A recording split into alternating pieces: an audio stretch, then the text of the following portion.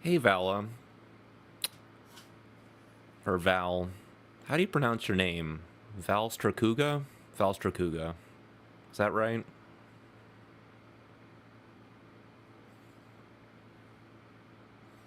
How are you doing this morning?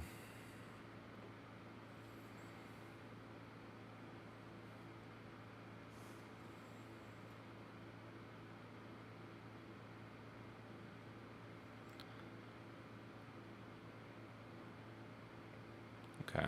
I mean, yeah, Val is probably easier for me anyway. How are you?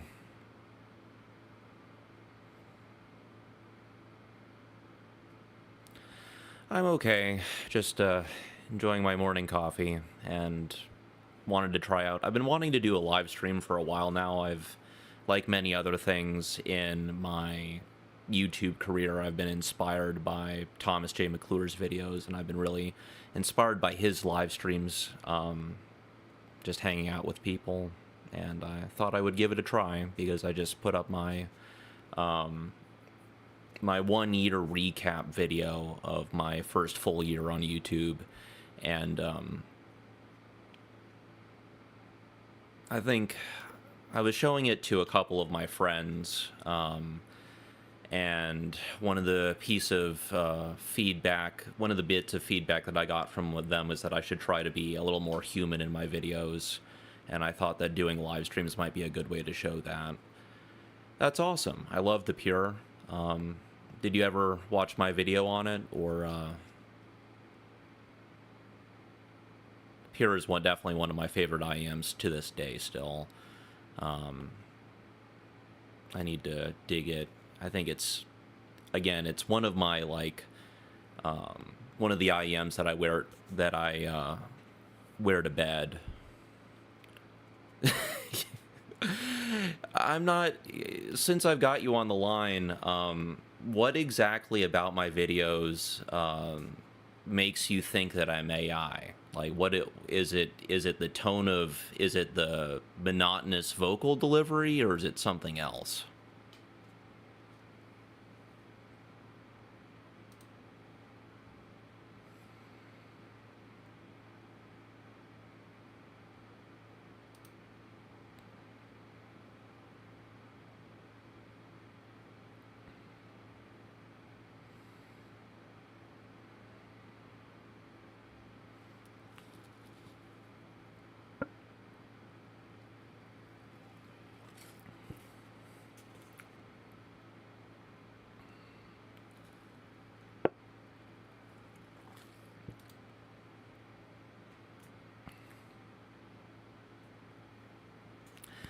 Yeah, I mean, I haven't the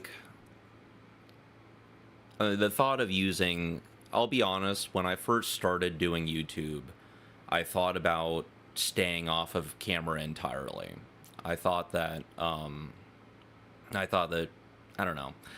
I didn't really want to be on camera at first, and I thought that it would be easier if I stuck to doing, the kind of the stereotypical IEM YouTuber. I'm just going to point my camera at the IEMs on my desk and gesticulate wildly as I talk about my IEMs, but um, ultimately, I think what I wanted to do is kind of an example of like, be the change you want to see in the world, where I find those kinds of IEM reviews borderline unwatchable. You know, I think that, my favorite headphone reviewers are people like Resolve and Precog, who ha- are A, on camera, and B, have they don't ramble. Even if they're not necessarily following a script, they are composed in their thoughts and have a smooth, consistent, concise delivery. Whereas, and their videos are generally, the headphones.com videos are a little longer, because what I've noticed they've done is that they've turned their reviews into conversations between multiple of their reviewers, which is okay, I guess. It's not my favorite. I would prefer to listen to just one person do a scripted or semi-scripted run through front to back. But it's okay. But again, like I wanted to see videos where someone has a script and someone runs through that script cleanly from front to finish and doesn't get sucked into like the POV style. I'm going to ramble about a pair of headphones for 20 plus minutes and they're like stumbling over the words. I can't do it. I can't watch those videos. And no matter what kind of information is, going to be in those videos, I can't sit through the rambling. I can't do it. It's not a good use of my time. And like, this is where the great tragedy of the shift from video or the shift from written reviews to video is that people I to this day find the written word to be a much more efficient medium of conversation and communication than watching a video. And I wish that the written word was still as prominent in terms of how people communicate information. I would prefer to read a review as opposed to watch a review. But most of the people, Precog especially, I miss Precog's written reviews. I thought that that he was a huge. Even though Precog started after I did, I always found that Precog's written reviews were a huge source of inspiration to me when I was still writing reviews. And just I aspire to clarity. I don't know if you've noticed, but, I aspire to be as concise and clear and communicate information as efficiently as I can. As possible. And in my opinion, the more efficiently and quickly I can convey my thoughts, the better. I try. I think there's a lot of padding on YouTube where to get to that 10-minute mark so you can get that second ad reel, people just pad out their videos to be as long as humanly possible.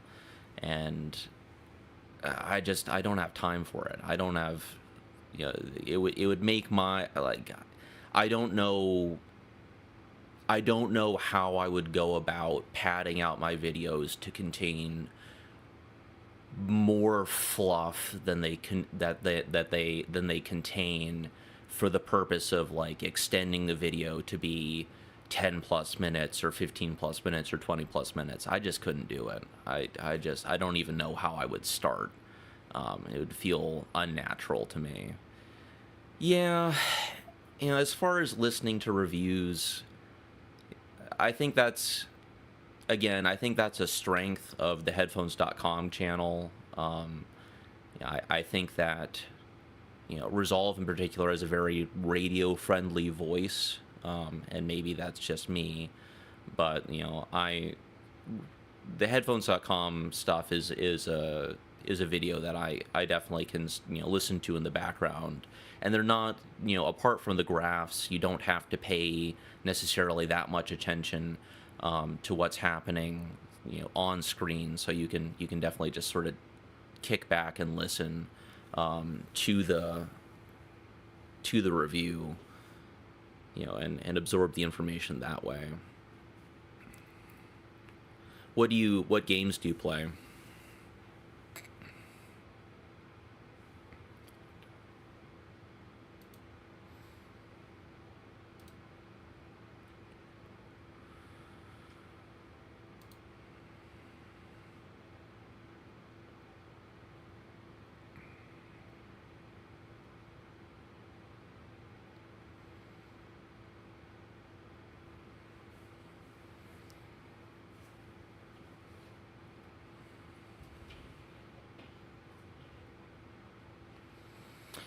Yeah, I've never owned. My wife has a Switch, but I don't think she owns Breath of the Wild. Um, and I've I've never like my first video game console was the original Xbox. So I never owned a GameCube. I never owned a Game Boy. Um, so I went from the original Xbox to the Xbox 360, and then moved pretty much exclusively to PC in high school, and haven't owned a console since then. So I never played Breath of the Wild. I tried to install it via emulator a couple years ago, but at the time I don't think performance was very good. I get the impression that it's a lot more playable nowadays via emulator than it was certainly when I tried. I think that we're still in sort of the figuring out the teething process to make it run on PC. Um, when I at the time that I downloaded it and gave it a try. But yeah, I love gaming. I've been primarily playing Arc Raiders with some of my friends from high school. Um, we've stayed in touch, and a couple of them are still in the area. But we've been playing a lot of Arc Raiders. I still play. I've been a huge Battlefield fan for most of my life at this point. My high school friends, and I picked up Bad Company 2 back in the day, and the summer between sophomore and junior year of high school, we pretty much spent playing Bad Company 2 the whole summer, and just staying up until 2 in the morning playing Bad Company. So my one of the two one of the two friends that I play regularly with, I still do occasionally play Battlefield 6 with, but the other one wasn't a fan of the game for whatever reason. So we've gotten very heavily into Arc Raiders, and have been playing the shit out of it. And I only just like they are honestly like more into it than I am. Um, they are pretty heavy into the trials, which is like the PVE challenges based gameplay, and they've been, they're pretty far ahead of me. I only just finished, I think, the last upgrade tree for one of the workstations, and I only just got there. They've been done with, I think, the quests and the progression for a month or two now. None of us have done the reset yet. Yeah, I am primarily a shooter and RPG person. Um, I think that one of the, you know, I have played a lot of the classic shooter franchise, Xbox affiliated shooter franchises. So Halo, Gears of War, Call of Duty, obviously. Although I haven't touched a mainline Call of Duty game in a long time. The last one that I bought, and kind of regret buying, was not Black Ops, Modern Warfare 2. So the reboot, the second reboot game was the last one that I actually bought, and like everybody else, I played a ton of Warzone during the pandemic with my high school friends when we were all locked inside. And yeah, we tried following Warzone across Call of Duty games, but by the time no, it's not it's I think of it in my mind because obviously there was a Call of Duty Modern Warfare 2 in, what was it, 2009, but I always refer to the reboot, post 2019 reboot games in the Modern Warfare series as Postscript 2. So the Call of Duty Modern Warfare 2 that was like set, basically ripping off the plot of Sicario. I always refer to that as Modern Warfare 2 too, in my own head. So it's not actually called that, but I think I think it's funny to refer to it as that. I've never played Helldivers 2. That was another game that I think my friends wanted to play, but I never. It looks fun. It looks fun, but I've always had other games that I have wanted to play at any given point, and I've never felt desperate enough to sink the $40 into, to actually play it.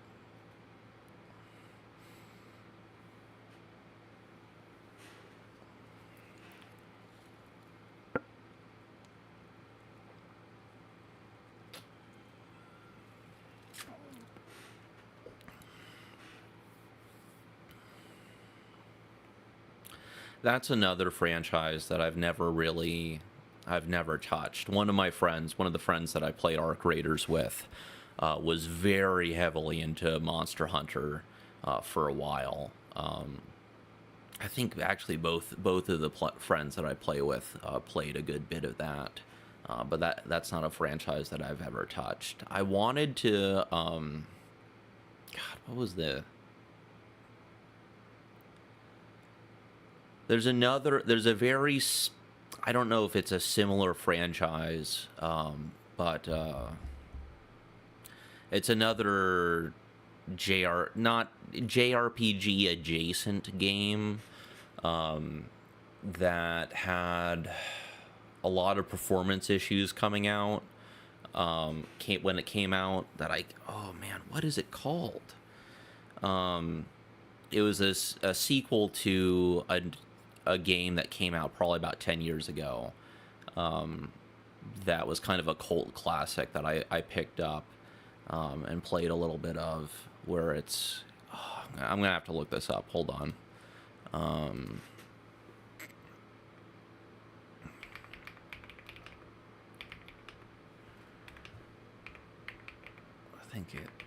think it came out in 2024. I'm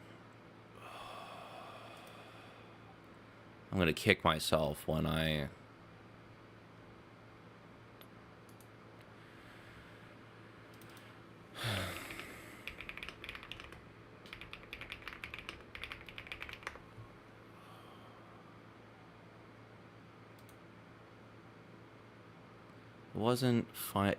obviously it wasn't Final Fantasy. I'm kicking myself. I don't remember what it's called.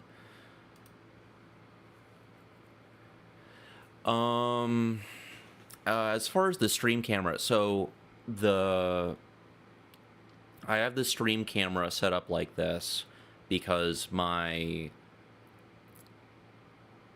normally my camera setup is over there. You can actually see my tripod off in the background. So it's normally, the camera is normally shooting into this corner, but my main monitor is on this wall. So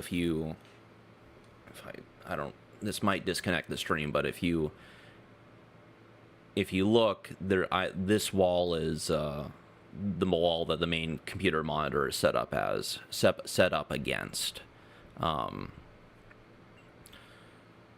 So I actually had to move my my key light off to behind. The key light is normally right here. It's normally like firing down, and I will normally sit here and have the key light blasting down onto the left side of my face. But to actually be able to look at my computer screen, I had to move the key light here and set up the camera on my desk, on basically facing the opposite direction than it normally faces. Yeah, it's a Nanlite FS300B, which I picked up for, I believe, I bought it new on Amazon for, I think, $240. But it's basically like the best value in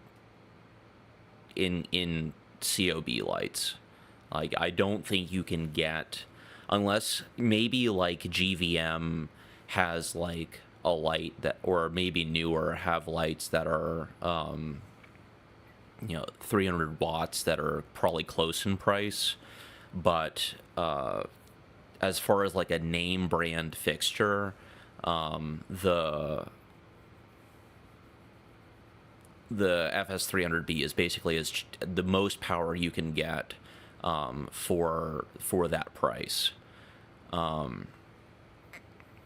I have a few other lights. I have a Nanlite FC 120BE that I picked up on eBay for basically nothing.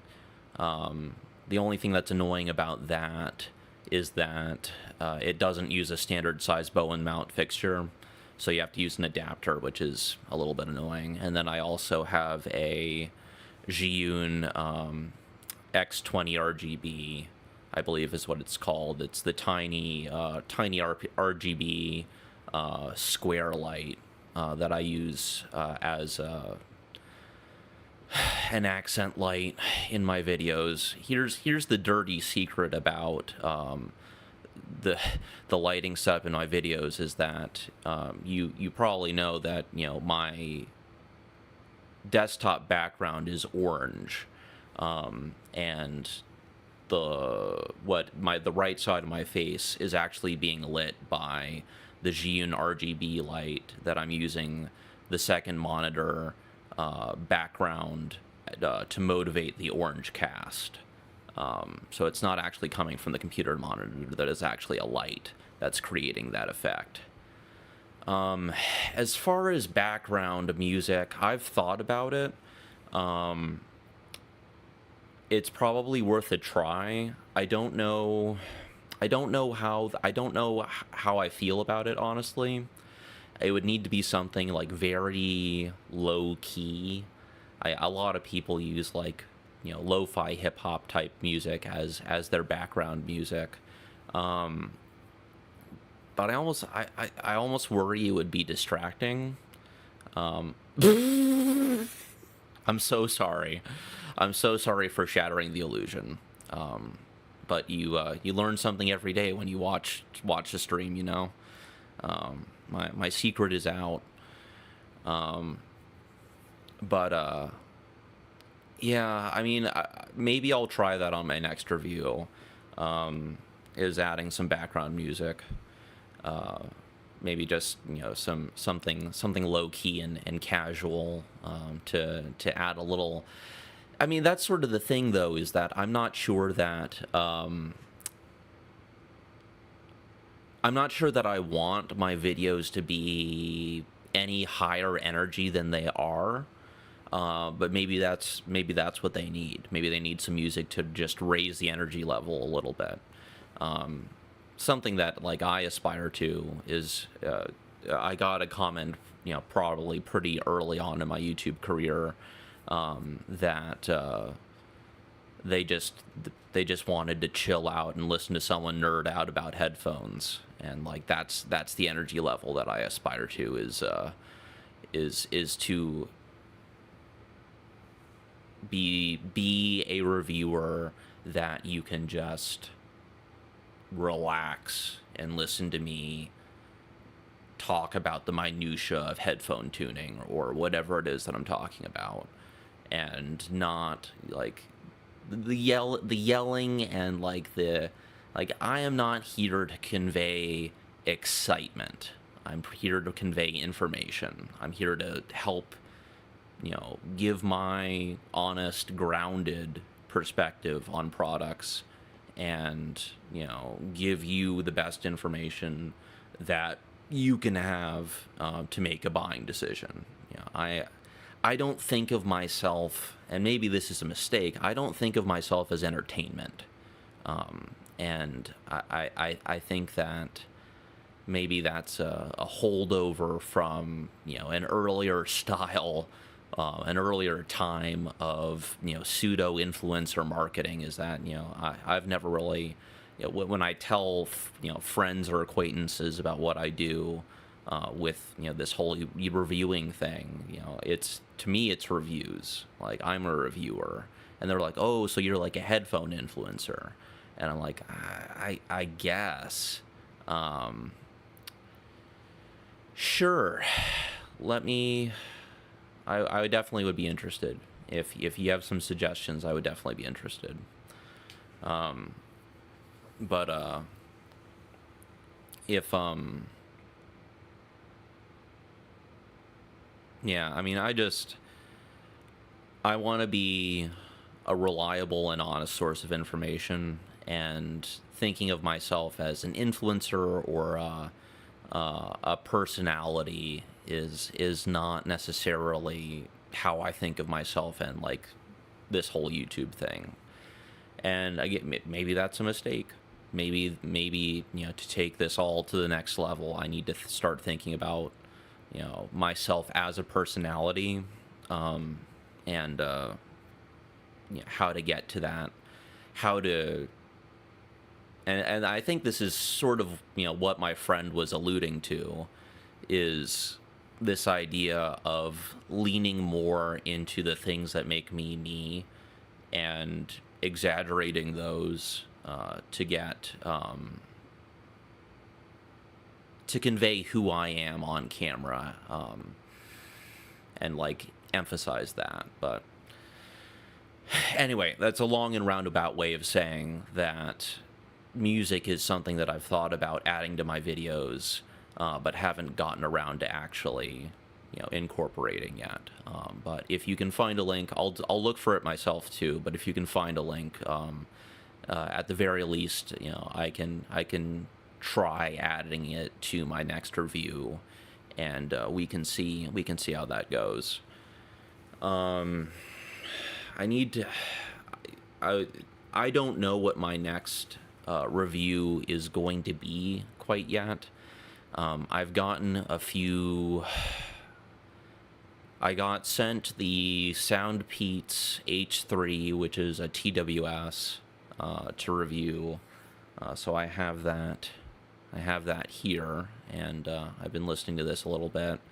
And then I also got in the ZGAT Odyssey 2, which is a little. Linsol sent me the Odyssey 2, and is also going to be sending me the orchestra, the Kiwi Eaters Orchestra 2, both of which are sort of past their initial hype cycle, but they they want me to review them anyway. But the consideration that I have is, is it worth my time turning those reviews into full-on video reviews, a full 5 to 10 minute video review, or is it just something that I want to do like a FC Construct style short video about, just because they are past their like launch hype, and maybe are not going to generate the kind of interest from viewers on YouTube that a newer like embargo drop style IEM review would generate. But the problem that I have is that I have a lot of different ideas for video reviews, and videos in general, not necessarily reviews, but and the challenge that I've faced over the last month or so, well, really the last 2 months, is that I'm starting to, as I kind of alluded to in my 1 year recap video, that the drought of review samples that I was starting to experience when I first started the YouTube thing has very much ended. And I'm starting to get, a good amount of samples in. again. And the thing is that, quite frankly, making a YouTube video is a lot more effort, from my point of view, than making a written review. Particularly, as I said, I want to make the best video that I can make, and I want to, make it pretty. I want to have good B-roll. I want to maintain the viewer's interest, and that takes time. Not necessarily the shooting itself of it, but with my YouTube setup, I'm filming from my home office in my basement, as you can probably tell.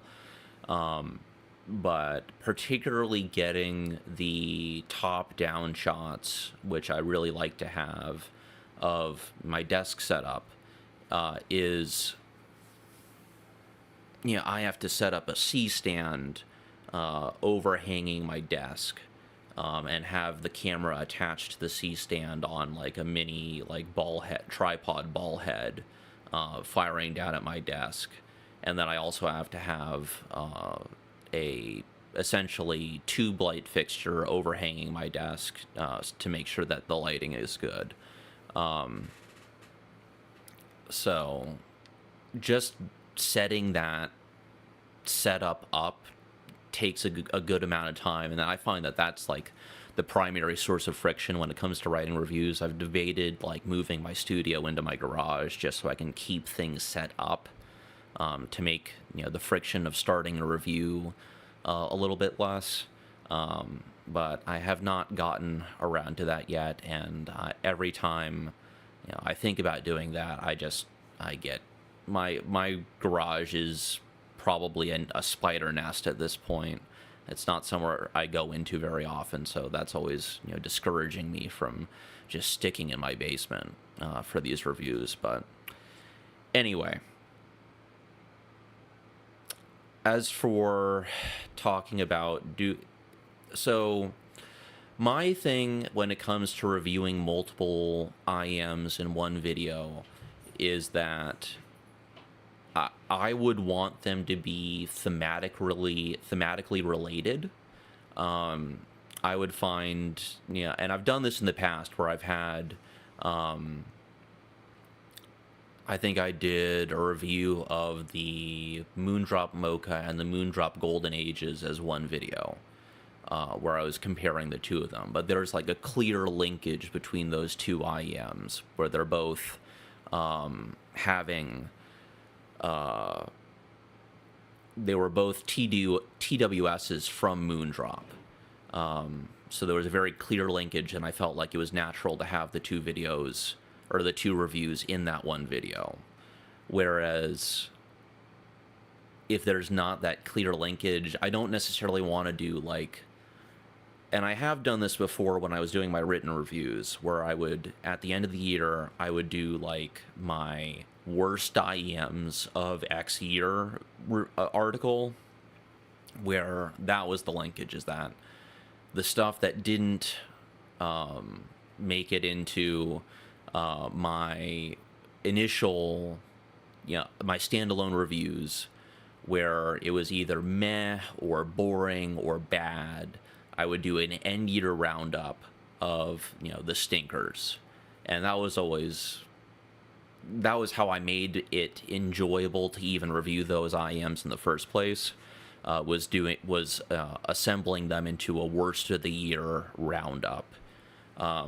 So that, I guess that's another idea. As for how I get into review samples, so this is, I will be completely honest with you guys, like, this is something that I stumbled onto completely by accident.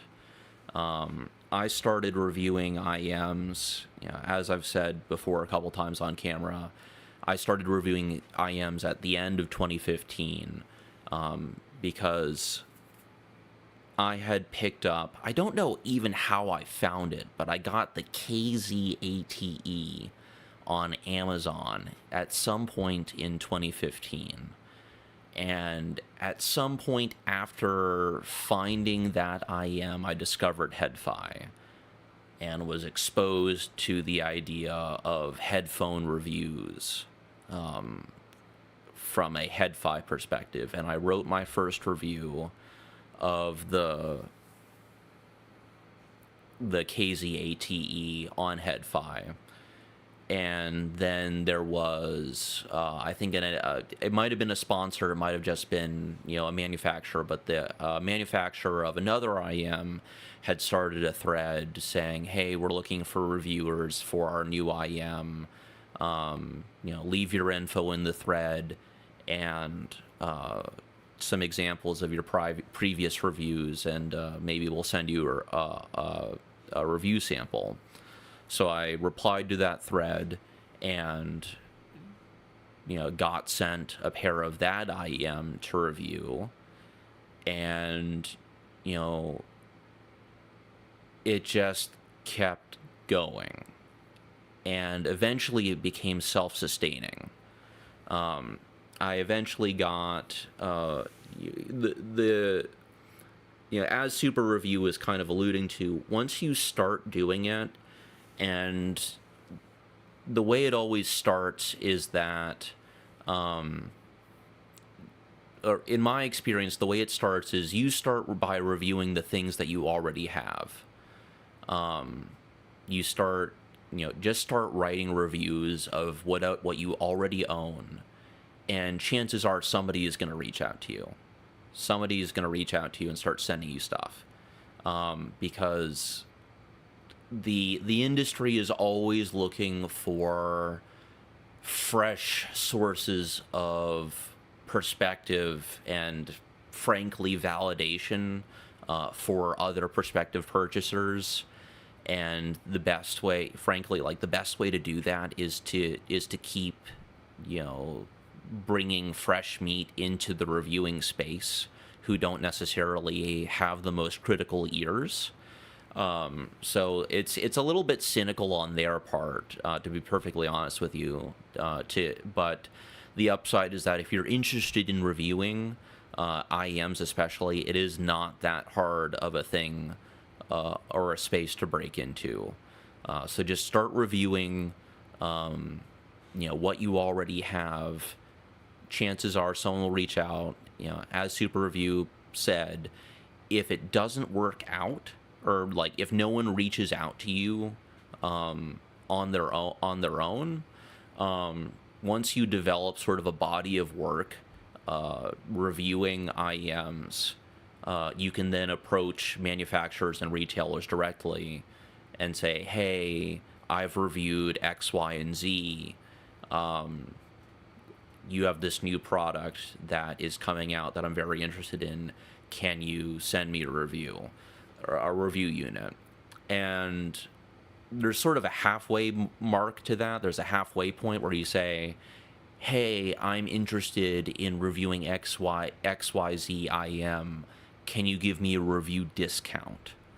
You might not necessarily get the review item for free, but even if you don't necessarily have a huge body of work, I have found that many review sample sources are willing to give you a chance on a heavily discounted initial unit, and will send you, a heavily discounted review sample in exchange for your first shot. And if you follow through and write the review, you are very likely to get follow-up samples.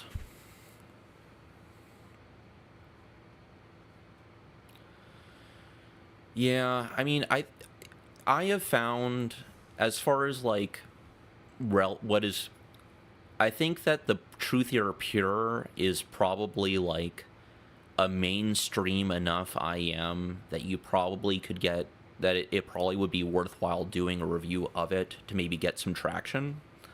I think that if it's if it was a more obscure or not as hyped IEM, even though it is a little bit older at this point, but I think that the Pure exists in this sort of it is a benchmark at the $100 price point, and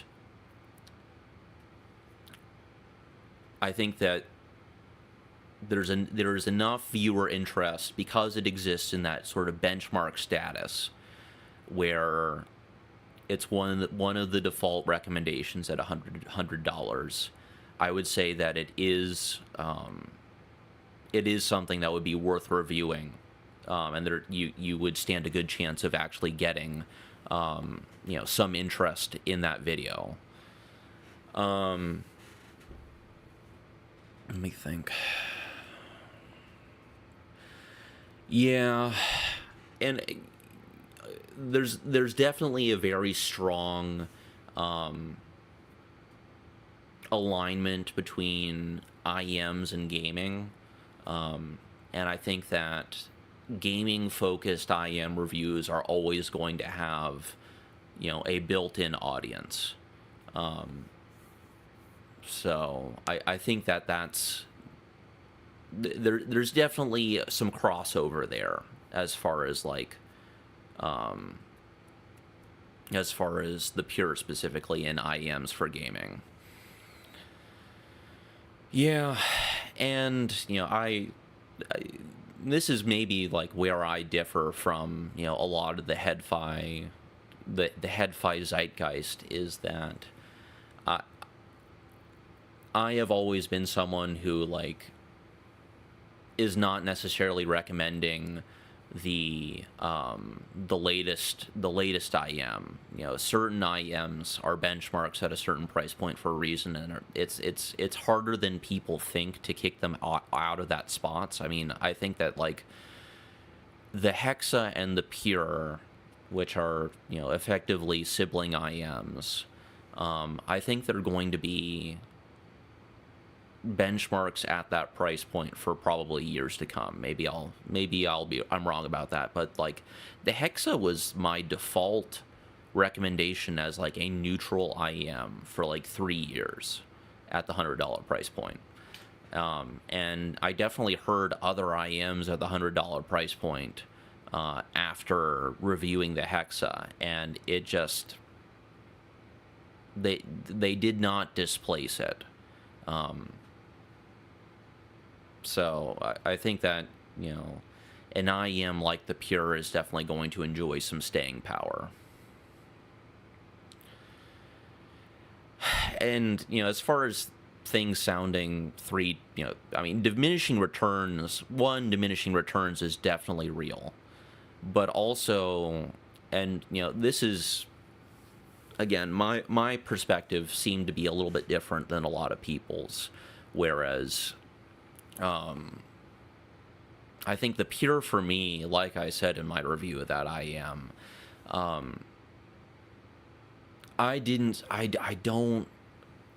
the difference in technical performance between the Pure, at least with the ear tips that I was using it with, and something that I would consider to be the next step up, something where at the time at least that I reviewed it, where I was comparing it to a couple IEMs that I have that are in the $400 range. So I was thinking specifically about the IO Audio Sogno and the OG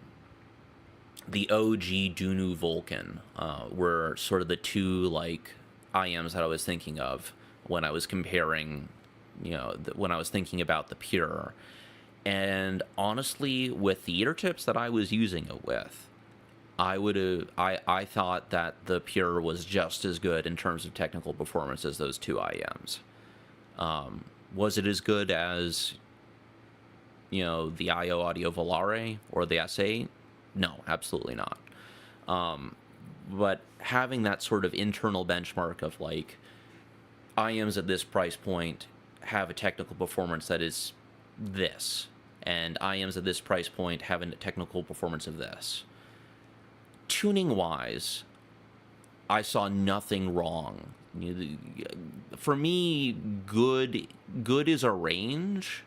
Like good tuning is a range. You've seen the preference bounds in the headphones.com reviews, but like a good headphone falls in a defined range, and the Pure absolutely fell completely within that range for me. I thought it was effectively perfect, as far as like tuning for me. I thought it was great, and the price and the technical performance was, in my mind, equal to those $400 IEMs of last year and a few years ago.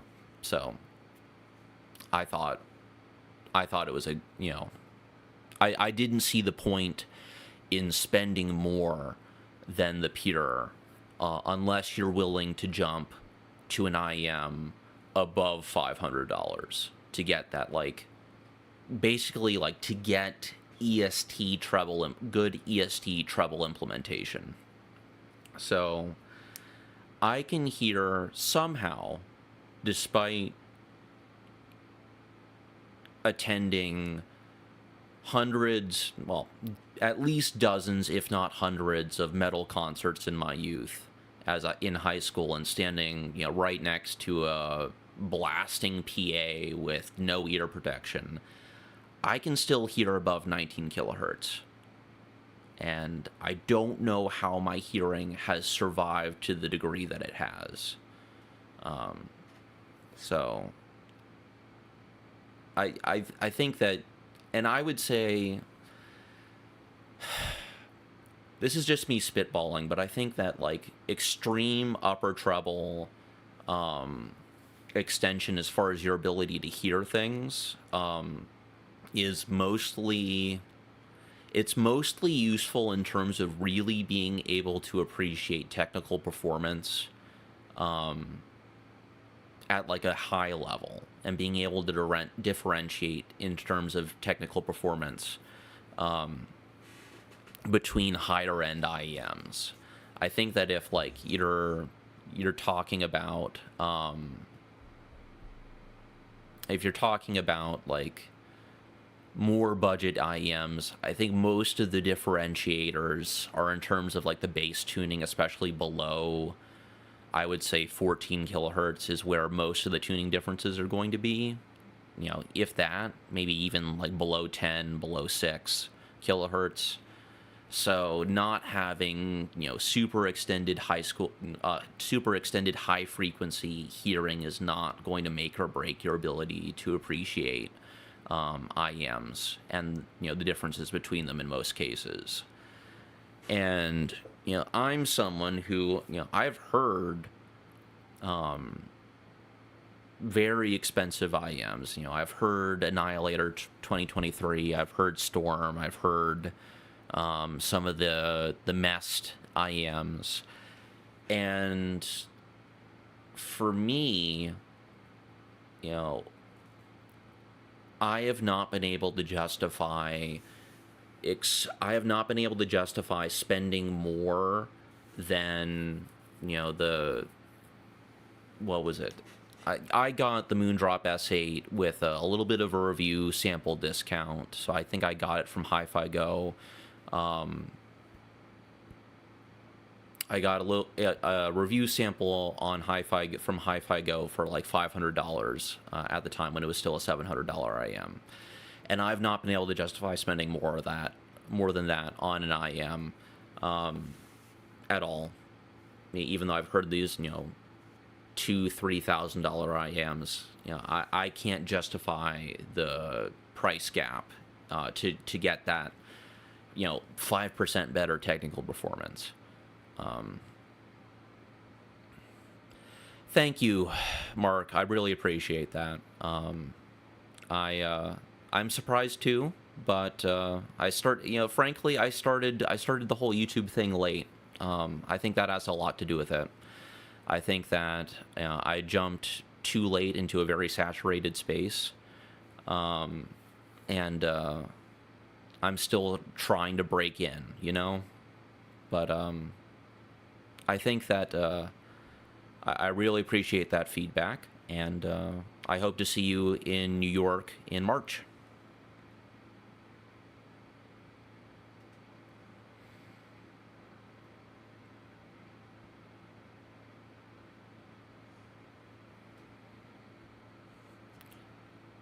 Val, what was your old job?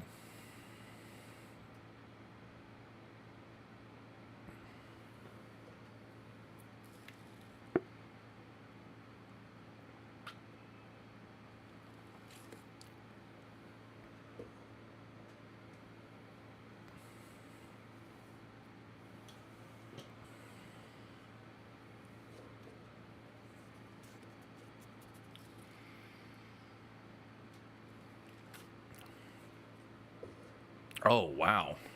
Fireworks. That's crazy.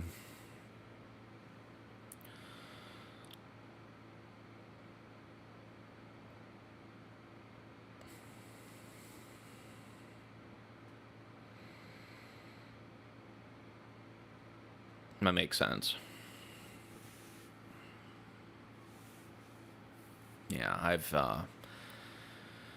I've primarily worked. I've exclusively worked office jobs apart from a internship in a laboratory in high school. So I've been in an office my entire career. But like I said, I've been attending metal concerts since middle school, and I also shoot guns a lot. So, but I use suppressors and hearing protection. So thankfully, that has not impacted my hearing and my ability to review IEMs. Uh, so I'm grateful for that, but I've also, taken precautions to make sure that it stays that way.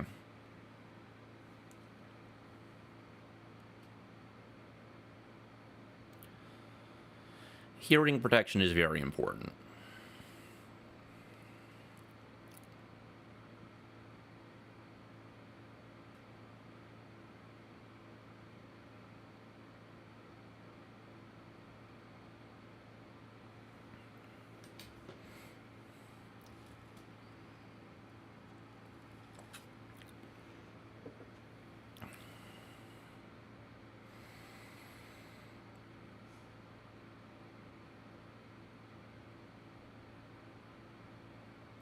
What do you normally listen to?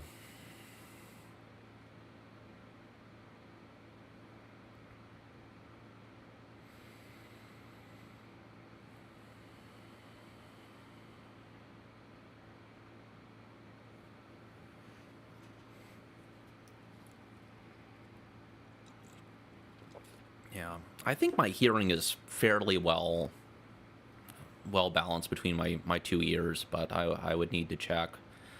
I've obviously used a sine sweep to check that I can still hear as high as I can, but I don't know what the difference between my two ears in terms of hearing would be. Yeah, I listen to a lot of game music too.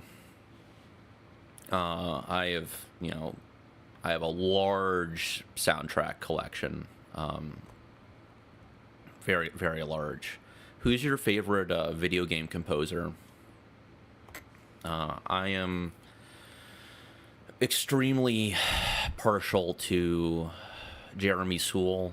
The soundtrack to the Elder Scrolls 4 Oblivion is probably my favorite singular collection of music. Period. It's always the top of my Spotify most listened to list at the end of the year. But yeah, that's very much at the top for me.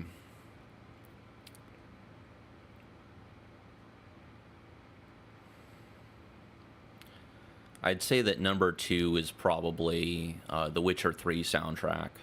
I'd say that if the Oblivion soundtrack is my favorite soundtrack of the 2000s, that the Witcher 3 soundtrack would definitely be my favorite soundtrack of the 2010s. And I don't know that I have a favorite soundtrack of the 2020s so far. I feel like gaming in general has fallen off over the last 10 years. So we shall see. But That's my opinion. I think that the advent. I mean, we're about to get extremely off topic, but my personal take is that the advent of, this is ironic for me to say on a stream, but I would say that the and hopefully you don't take offense to this, but I think that the advent of game streaming created incentives for game design and game production that have not necessarily been the best in terms of the quality of games. And I feel that very strongly, that streaming culture and creating games that stream well, and the focus on game streaming success has really hurt the kinds of games that I like and that I want to play. So I don't know. I'm always someone who's appreciated, tightly scripted, tightly scripted cinematic games, but also role-playing games that don't necessarily have the kind of streaming value that multiplayer shooters are going to have. And I think that the focus, between streaming and the rise of live service games, I think that gaming has really fallen off in terms of quality compared to where we were in the early 2010s. And maybe that's just nostalgia talking, but I genuinely believe that the quality of gaming is less than it was 10 years ago.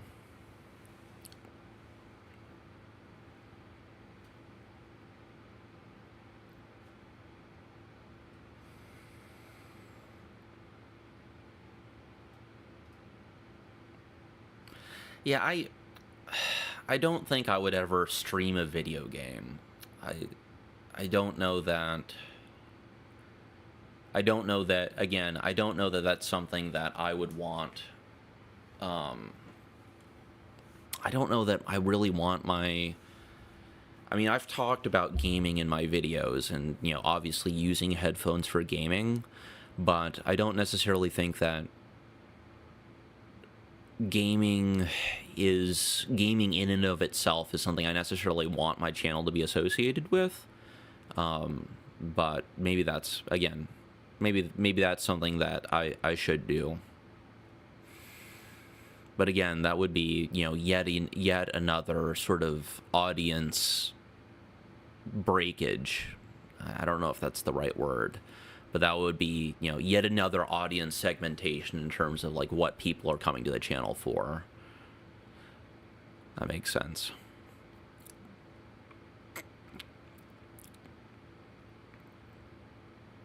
Yeah. I mean, I think it's okay.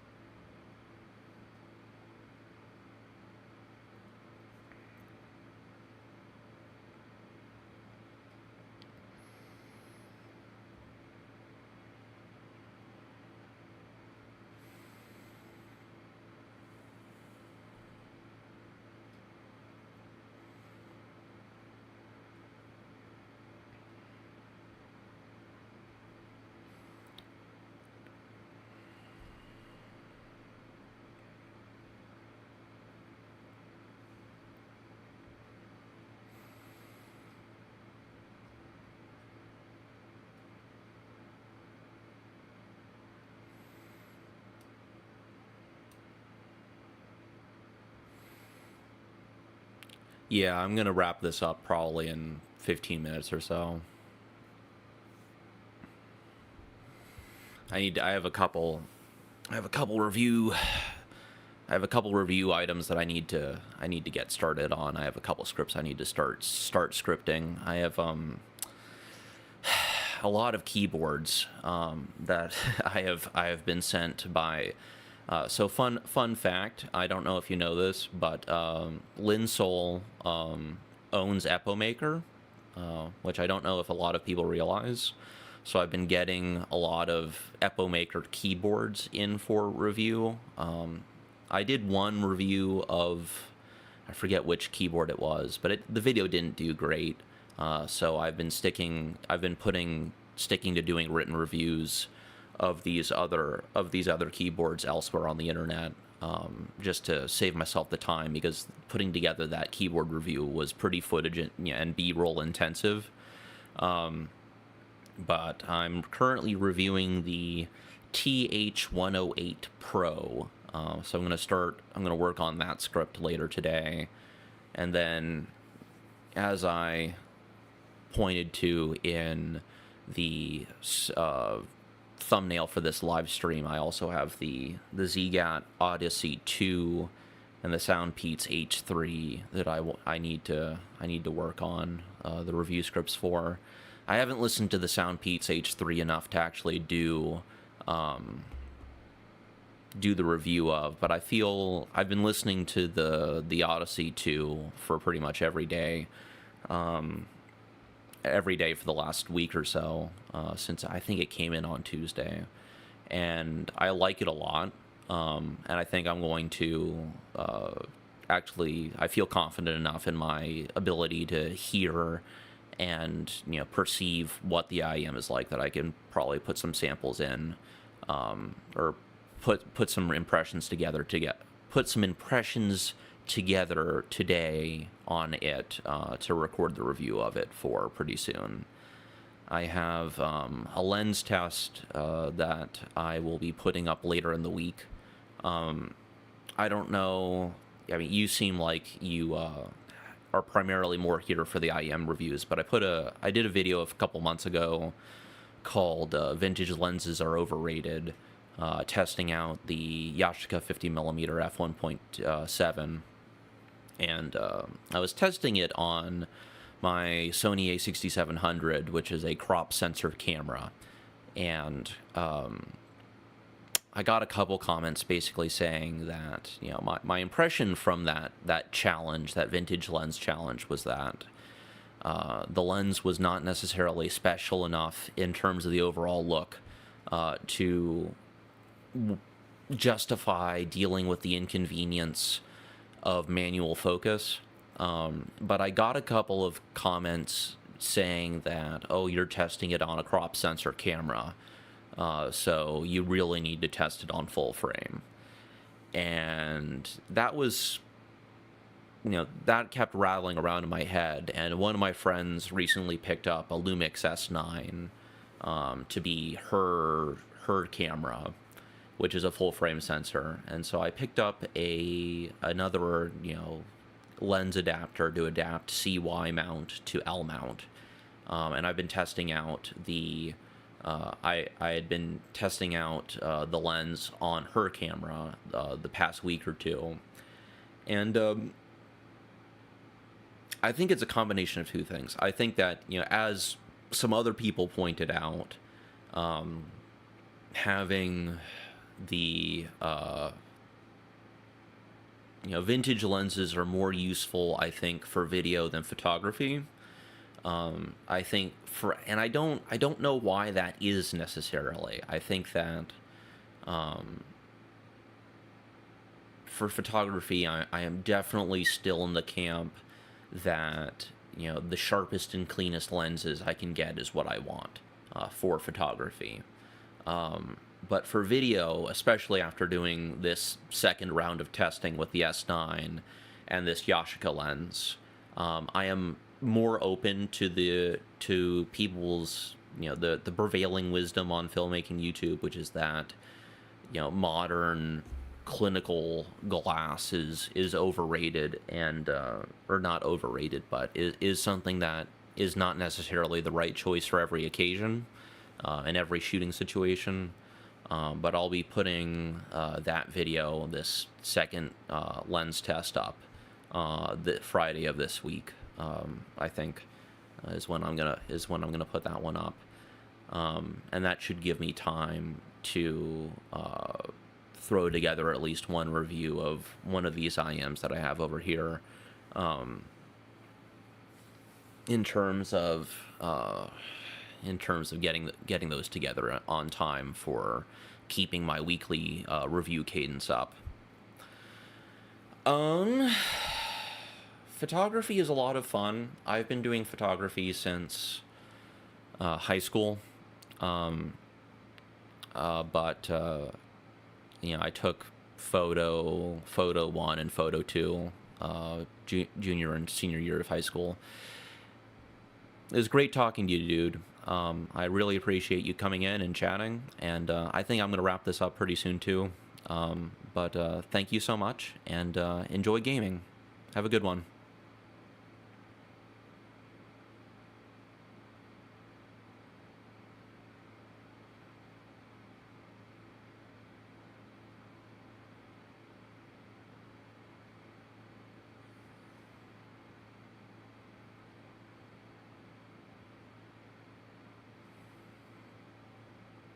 You too.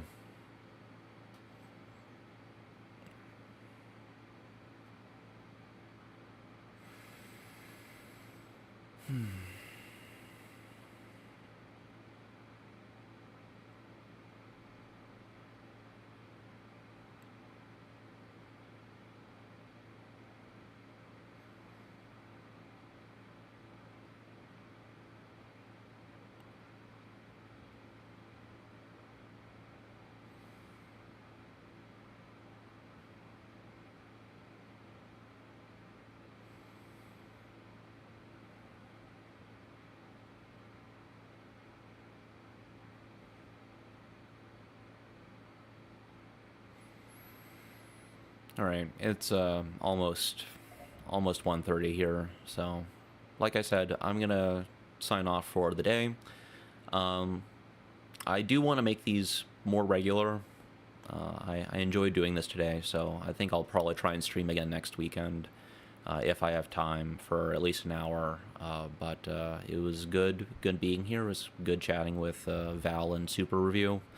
So I will see you all next week, and we can chat about my my vintage lens test video. But until next time, this is Bedrock Reviews, signing off.